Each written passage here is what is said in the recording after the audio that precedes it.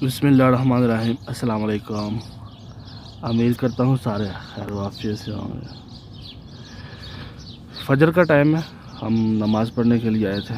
साथ ही एक पार्क है, सोचा यहाँ पे थोड़ा वॉक की जाए और आपको थोड़ा सा व्यू दिखाया जाए। माशाल्लाह सुबह का जो टाइम होता है ना, बहुत अच्छा और ज़बरदस्त किस्म का होता है।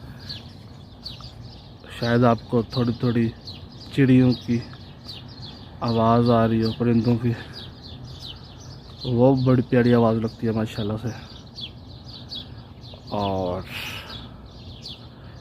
हल्की सी हवा चल रही होती है। बहुत ही यानी 24 घंटे के अंदर अगर आप देखें तो सबसे अच्छा टाइम यही होता है, फजर के बाद, सूरज निकलने से पहले पहले। बहुत ही ज़बरदस्त और प्यारा व्यू होता है।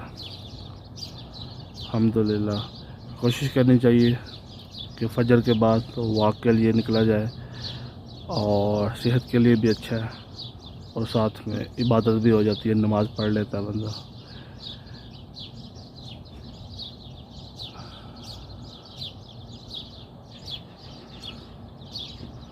आज के लिए इतना ही। अस्सलाम वालेकुम रहमतुल्लाहि व बरकातहू।